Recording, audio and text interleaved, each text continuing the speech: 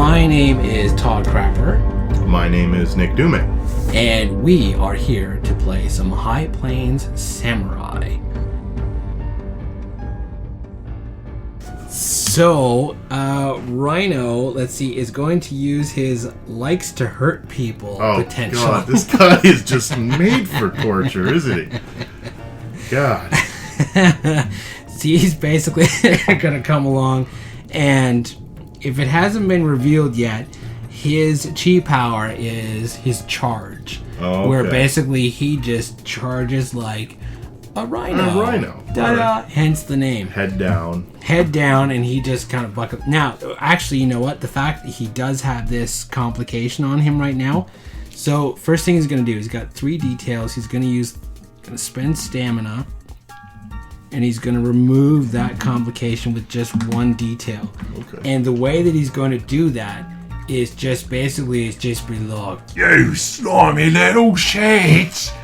Takes his bowler hat and just whips it right off to the side. And when he does, it actually goes through the barn. Oh, God, eh? And then with that, the second detail, he actually, pounds his fists down right into the ground. And, on all fours, charges right forward and is gunning right for Lou's to, take the top of his head right square into Lou's chest. All right. And what's the difficulty going to be? It's going to be, with my precog, it goes up to 2, does it not, if I add to my shooting, to a total of 7. That's right, yeah. It goes up by 1 step, so it goes from 5 to 7. All right, so let's do that then. Hopefully the rhino can calm down a little bit after. Alrighty then, here we go. Of course. Oh, oh no. An absolute of 8. Oh, God. Now, here's the thing. The complication Lou's going to take is called taking it outside. Just outside into the sandstorm. That's right. All right. So, you give me the outcome.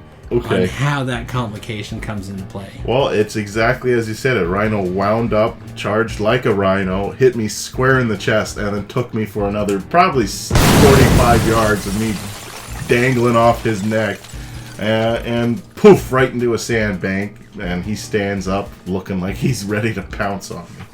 You know what? I'm going to spend another challenge. Oh, God. And here's how we're going to make this complication last the entire scene. Because this scene is the end of the story. Okay. So in a sense, it becomes permanent. All right. As soon as Lou is hurled through the wall and outside, the barn collapses. Oh, no. Now you can only be outside. Oh, jeez. Okay. All right. So we're in the sandstorm, right? Yep. Okay. But I can't hide from him. But we're in the sandstorm. That's right. All right. Okay. Now, what is the perk that as a resident of Hunan, what is the perk that you have? Well, I can't remember the wording exactly, but I think it says here that I'm sharp-eyed. So I've been raised in this area, and I know how to kind of see through the storm, the winds, the whipping was.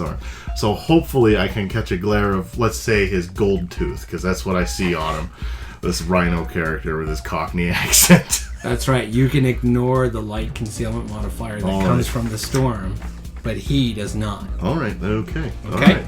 I'm going to give it over to Lou. I need all the help I can get there, boss.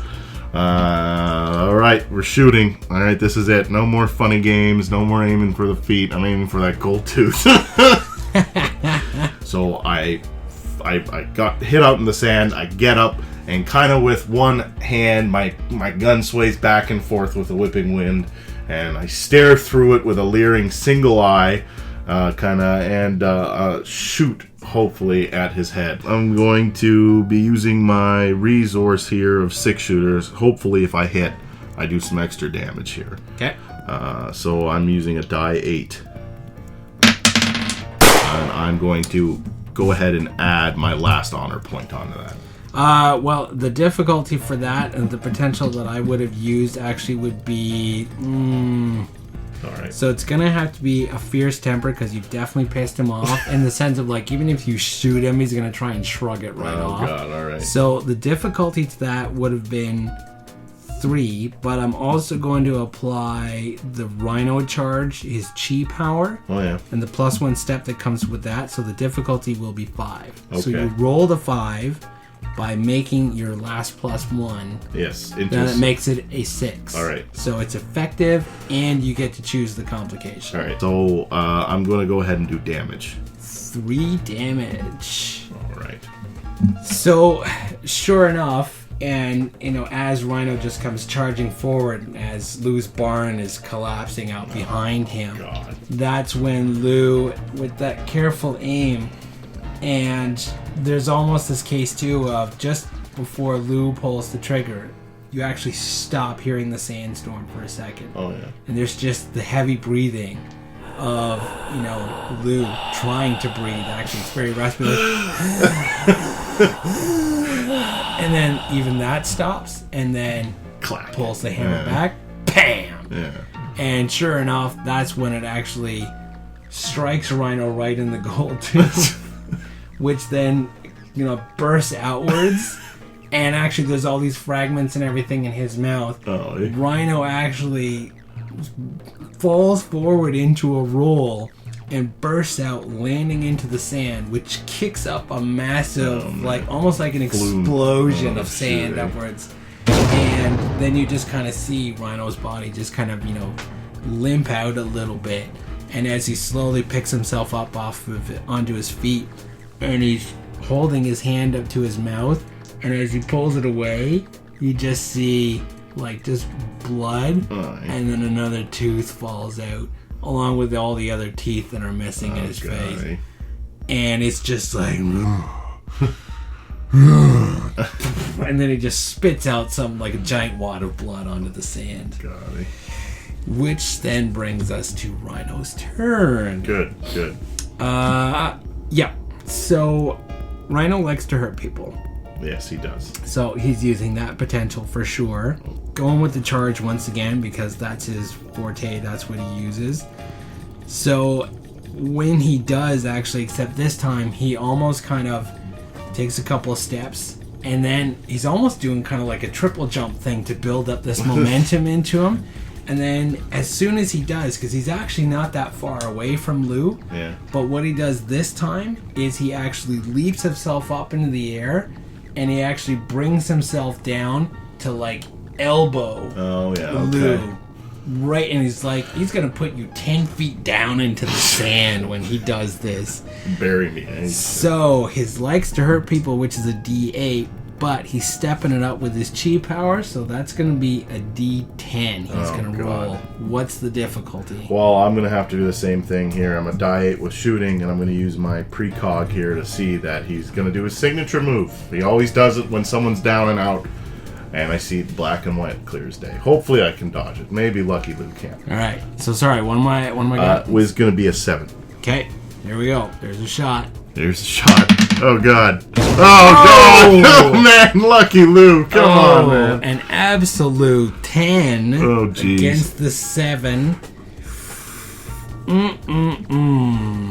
You know what? That will do 3 damage. I'm going to put some pressure on you, my friend. Oh, God. I'm going to actually do 3 damage on you. Oh, shoot. I'm down to 1 stamina. You're down to 1 stamina. Oh, God.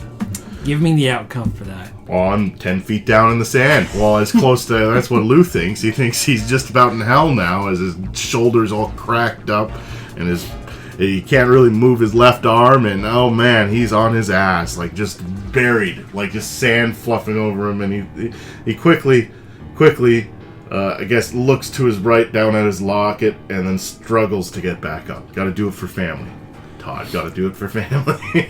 Now, here's something that's going to be important to remember that you just did this round. Okay. You blasted out all of his teeth. Yeah. He's underestimated you. Okay.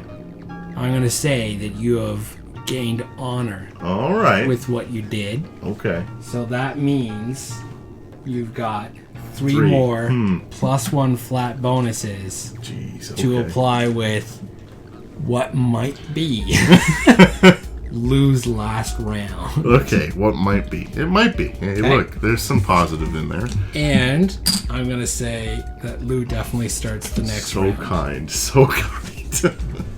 All right, so Lou looks at his locket. He kind of wraps it around his 6-shooter, knowing that this may as well be the end, but at least he died fighting for his family. He's going to be using shooting because, my God, this guy needs to fall down sooner or later. And he's going to step forward, again, like he usually does. Hopefully he can anticipate where he's going to hit next.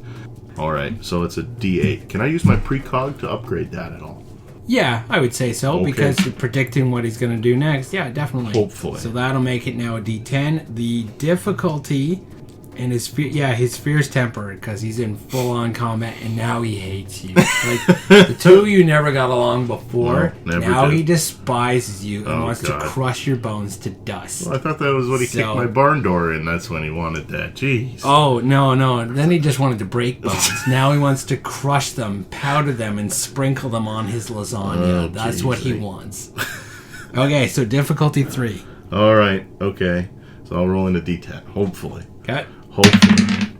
All right, 4. Made Still it. counts. That still counts. Do you just want to keep that as a 4? You know what? I'm going to increase the crap out of it. You gave me those 3 tokens. If he's gunning for it, I definitely don't want to give it any chance. Okay. You know what? Let's go for it and let's do it. So that the safest thing you can make that would be a 6, where that would still be in your control. Sure. Yeah, you know what? Just go for it. Yeah. Right. What's the damage going to look like? It's going to be 3. He only had 3 stamina. Oh, left. Good. Thank God. Drops Man. him to 0. So, because you dropped him down to 0 stamina, you get to determine exactly how he ends the scene. Well, I step forward with my gun, and I put it to his chest. And I have my locket around my revolver. I shoot it, and of course it enters the Rhino's body and comes out the other side in a glorious, bloodbath of shooting someone that close. But also, my locket breaks at the same time. And as Rhino falls, pieces of my locket also fall into the sand. And kind of quietly, just the wind's whipping around him, he bends down to look up at his burnt, fallen barn and his small locket that is now broken with his 3 malnourished family members standing in it. Lucky Lou isn't so lucky. And so the camera actually begins to raise upwards, and we end with the reverse of how we started. Oh, yeah, okay. In that Lou is there on the ground, and what's left of his homestead in shambles. We hear the cows off in the distance. And then eventually the sandstorm kind of creeps over top until it becomes nothing more than a shadowy blur. And then eventually all we see is sandstorm. It then cuts to black, and we hear...